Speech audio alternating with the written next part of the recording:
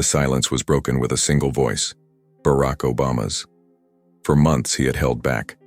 Standing before a small crowd in Chicago, he finally spoke. "This isn't justice. It's vengeance." Gasps filled the room.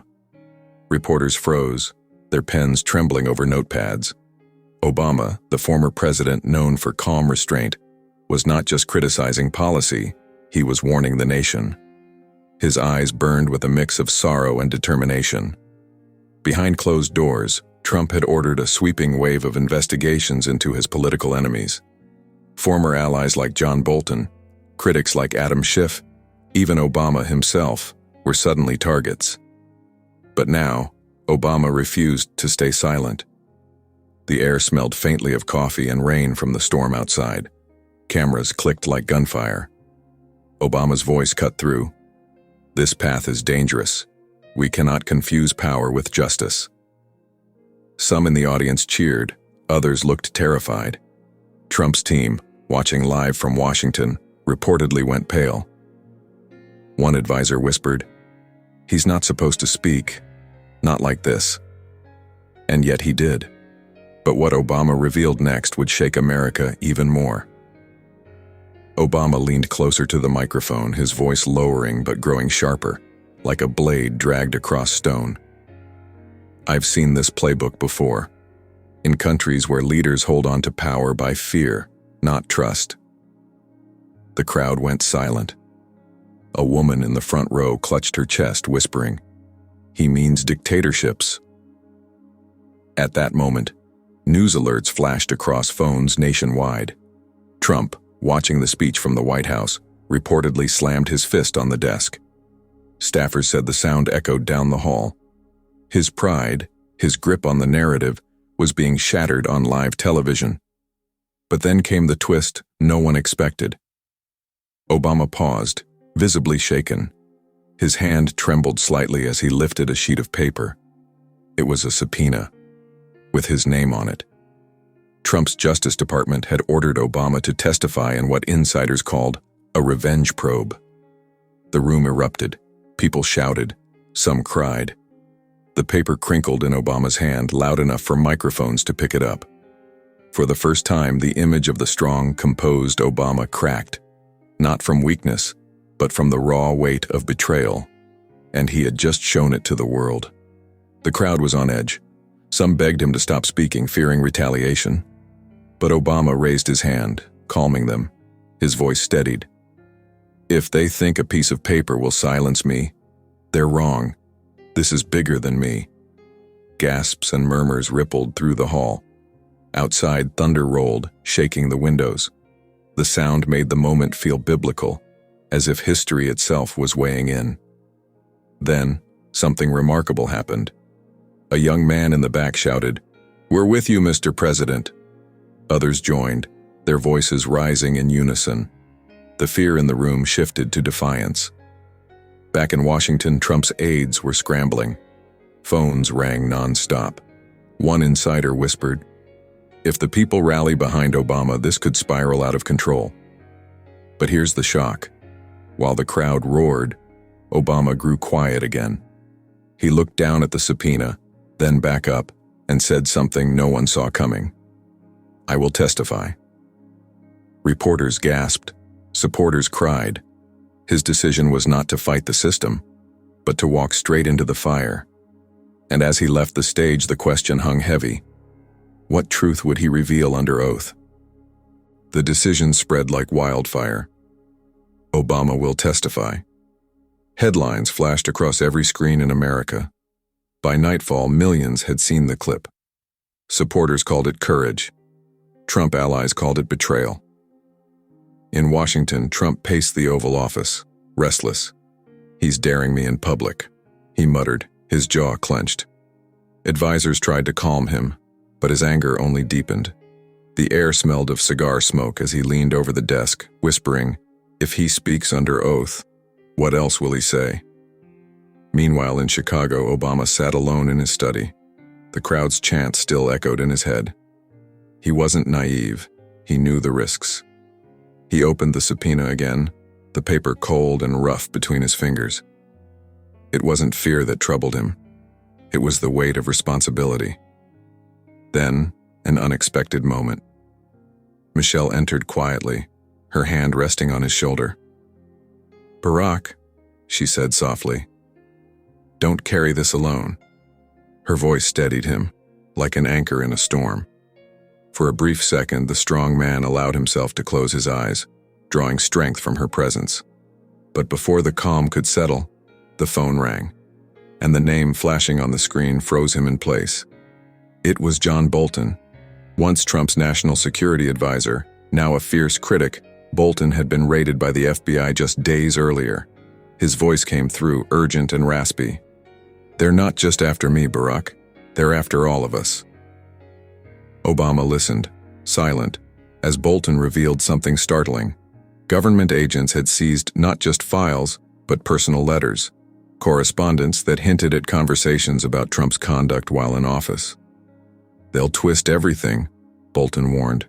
"If you testify, they'll paint you as the mastermind. That's their plan."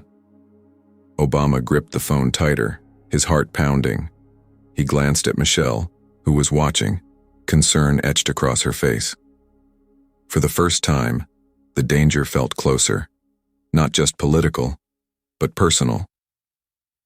A storm wind rattled the windows, carrying the sharp smell of wet asphalt inside. It was a reminder of how fragile everything suddenly felt. "John," Obama finally said, voice calm but heavy, "the truth isn't theirs to twist. It belongs to the people." There was silence on the other end.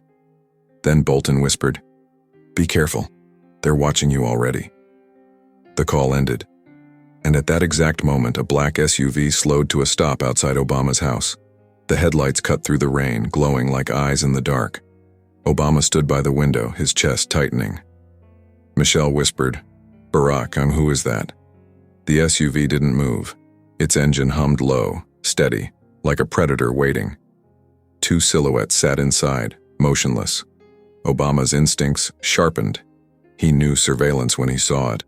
The timing, right after Bolton's warning, was no accident. He turned off the lights, leaving the room in darkness, only the faint smell of candle wax lingering from earlier. "Stay calm," he told Michelle, though his own heartbeat raced in his ears. Minutes passed, then the passenger window cracked open. A flash of metal glinted under the streetlight, a camera lens. They weren't there to attack. They were there to watch. Obama stepped back, his mind racing. Was this intimidation? A warning? Or something more sinister? Suddenly his phone buzzed again. A text appeared. "We know you'll testify. Choose your words carefully." The SUV drove off, taillights disappearing into the wet night. Obama exhaled, gripping the phone tight.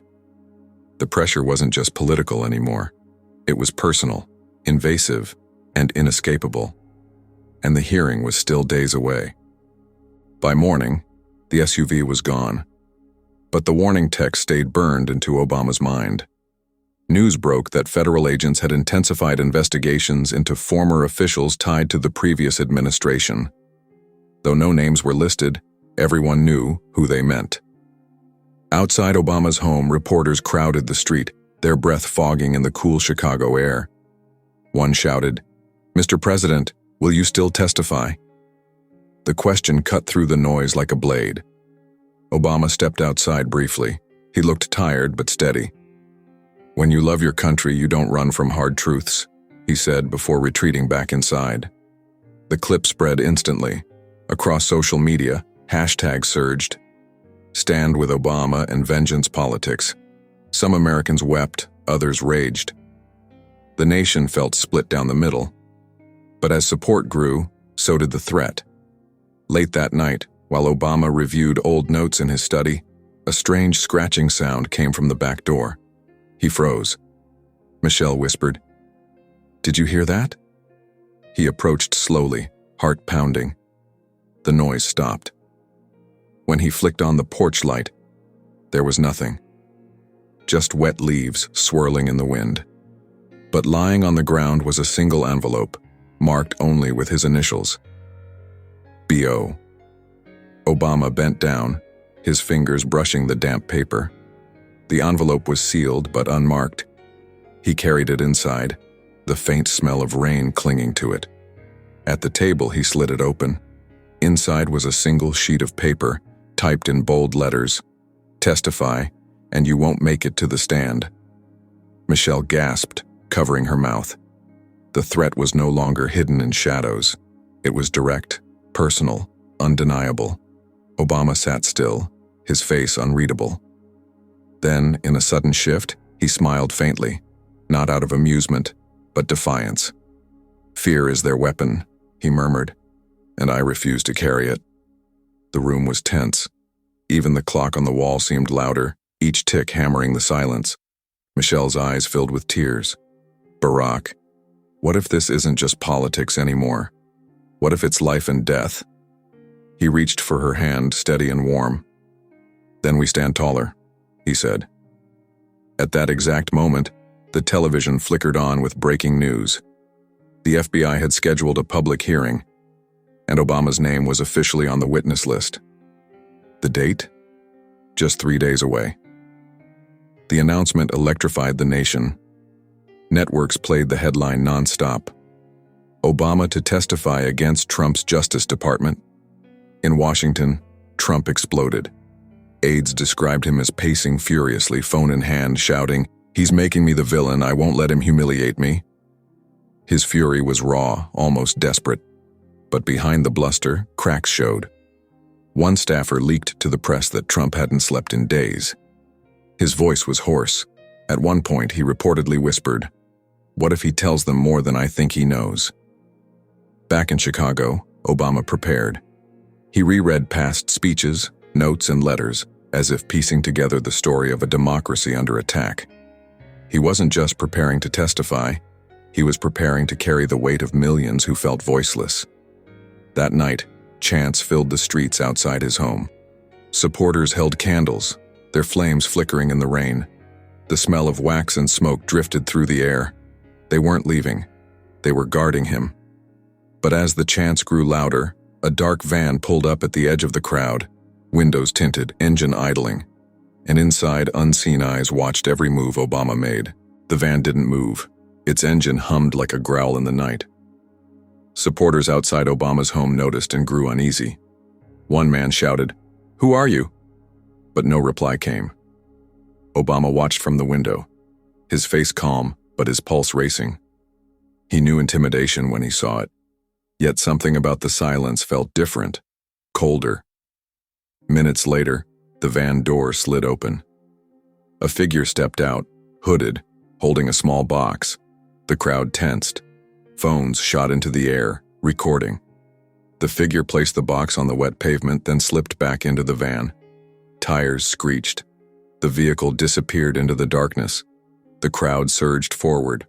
Someone yelled, "Don't touch it!" Fear rippled through the group. Was it a bomb?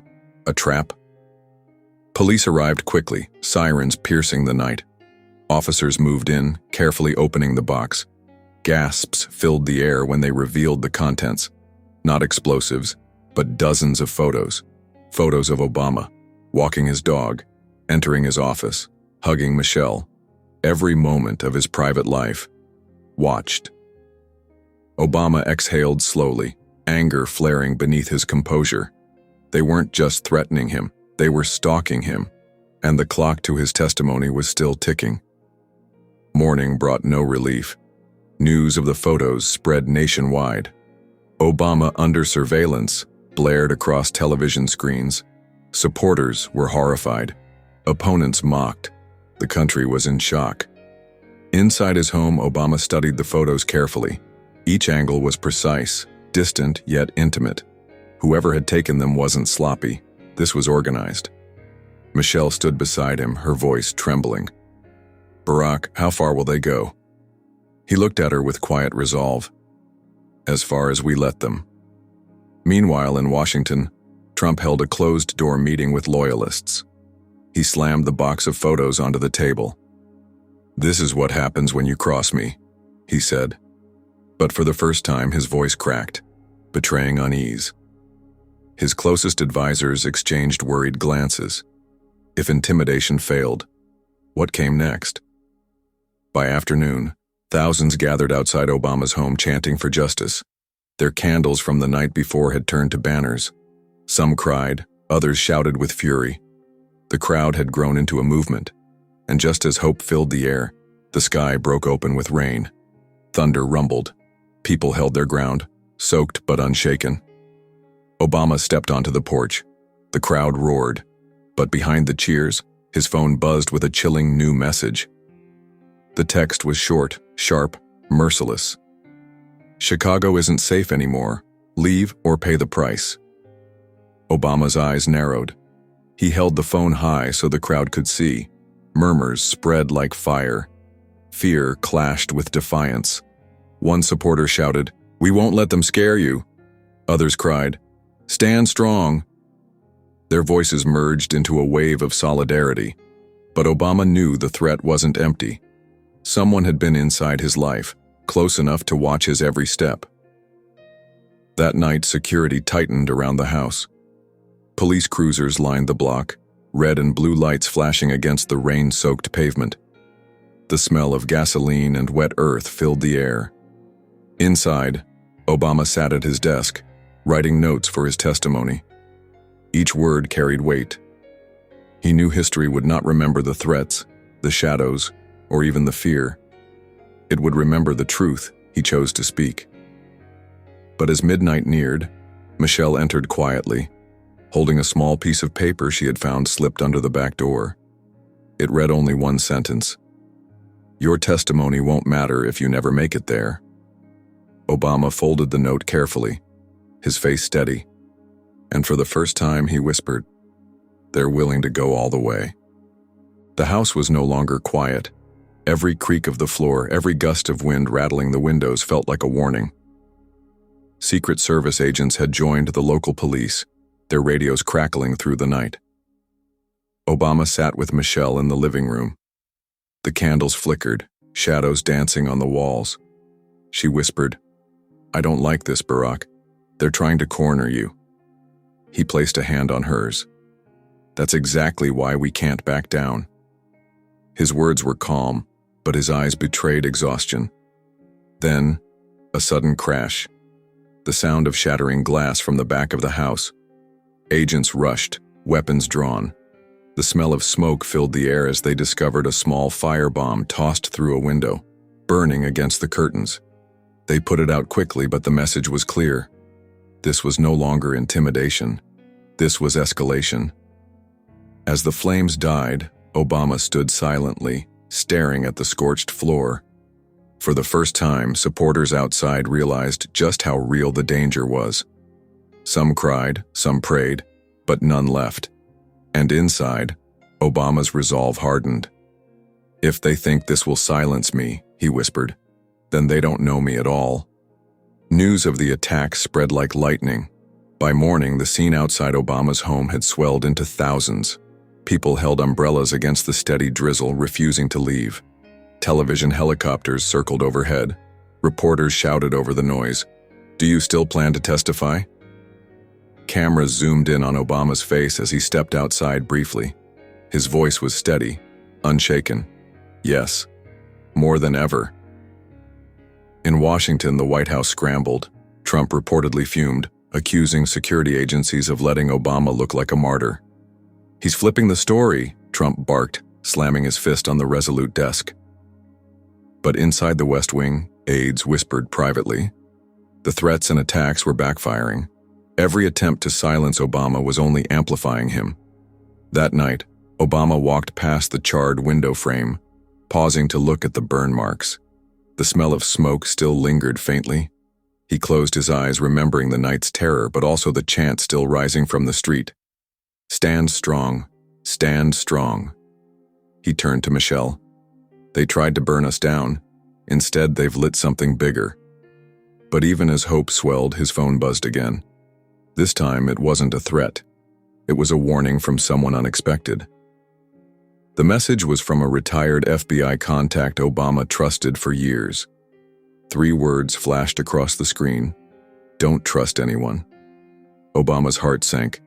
He called immediately. and the man's hushed voice came through. "Barack, there are people inside the system who want you gone before that testimony. Not fringe actors, insiders. The walls are thinner than you think." Obama pressed. "Names?" The line went silent for a long moment. Then the reply came. "Too dangerous on this call. Just watch the ones smiling closest to you." The call ended abruptly. Michelle gripped his arm, eyes wide. "Barack, what if they reach into the courtroom itself?" He didn't answer. His mind was already racing. If enemies existed inside the very government meant to protect him, then the testimony could become a trap. Still, he straightened his shoulders. "They want me afraid of shadows, but I won't let fear write history." Outside, the chants grew louder, filling the night with defiance. But in the distance, beyond the lights and banners, 2 more black SUVs idled quietly, watching, waiting. And this time, no one knew who they belonged to. The morning of the hearing arrived. Washington buzzed with tension. Streets near the Capitol were barricaded. Protesters lined every corner, their chants echoing against the marble walls. Inside a black SUV, Obama sat quietly. The air smelled faintly of leather and rain-soaked pavement. Michelle held his hand. Neither spoke. Words felt too small for the weight of what lay ahead. At the courthouse steps, thousands of supporters gathered, holding signs. "Truth is stronger than fear." Their cheers rose as Obama stepped out. Cameras flashed, reporters shouted, but he walked forward steadily, every stride deliberate. Then, a sudden commotion. One of the black SUVs from nights before screeched down the block. Security rushed to shield Obama. Gasps filled the air as a masked figure leapt from the vehicle, pushing through the crowd. Agents tackled the intruder. A small blade clattered to the pavement. Screams rang out. For a moment, chaos threatened to overwhelm the scene, but Obama stood tall, raising his voice above the panic. "This is why I must testify. Fear cannot rule this nation." The crowd erupted. Even in the face of danger, he refused to back down, and the hearing doors opened before him. Inside the chamber, silence hung heavy. Senators, lawyers, and reporters filled the room, eyes fixed on Obama as he raised his right hand to swear the oath. Cameras captured every angle, broadcasting the moment to millions. Trump, watching from the White House, leaned forward in his chair, his face pale, lips pressed tight. Obama adjusted the microphone. His voice was calm but carried weight. "I appear not for myself but for every American who still believes truth matters." Gasps echoed when he revealed the subpoena, crumpled from the night he first showed it. Then he held up the threatening letters, the photos, the box. The evidence of intimidation was undeniable. Midway through, his voice broke slightly. "I have been followed, threatened, and nearly silenced. But the measure of democracy is not how loud one man can shout. It's how strong we stand together when fear knocks on the door." Tears welled in the eyes of some spectators. The room felt electric, alive with history. As he spoke, one senator leaned to another and whispered, "This isn't testimony. This is a turning point." And still, the most explosive revelation was yet to come. Obama paused, scanning the room. Then slowly, he revealed one final document. A letter he had kept locked away for years. It was written by a senior official, warning that Trump had pressured agencies to investigate rivals for personal gain, long before this day. Gasps filled the chamber. The evidence was undeniable. The silence that followed was heavier than thunder. Obama's voice lowered, filled with sorrow but also hope. "I don't share this to punish one man. I share it because no one, not even a president, should be above the law." The room rose to its feet, applause erupting. Millions watching across the nation wept openly. Even outside, the crowd cheered so loudly it shook the steps of the courthouse. Trump, watching on television, turned away, speechless. Obama exhaled, his shoulders finally easing. For the first time in weeks, the fear gave way to relief. He had spoken. The truth was no longer his burden alone. It belonged to the people. As he left the chamber, the crowd chanted his name. Tears streamed down faces, strangers holding hands in unity. And in that moment, America remembered its strength. If this story moved you, if you believe truth should never be silenced, then show your support. Like this video, leave a comment with your thoughts and subscribe so you don't miss the next powerful chapter in America's unfolding story. Together, we keep the light shining.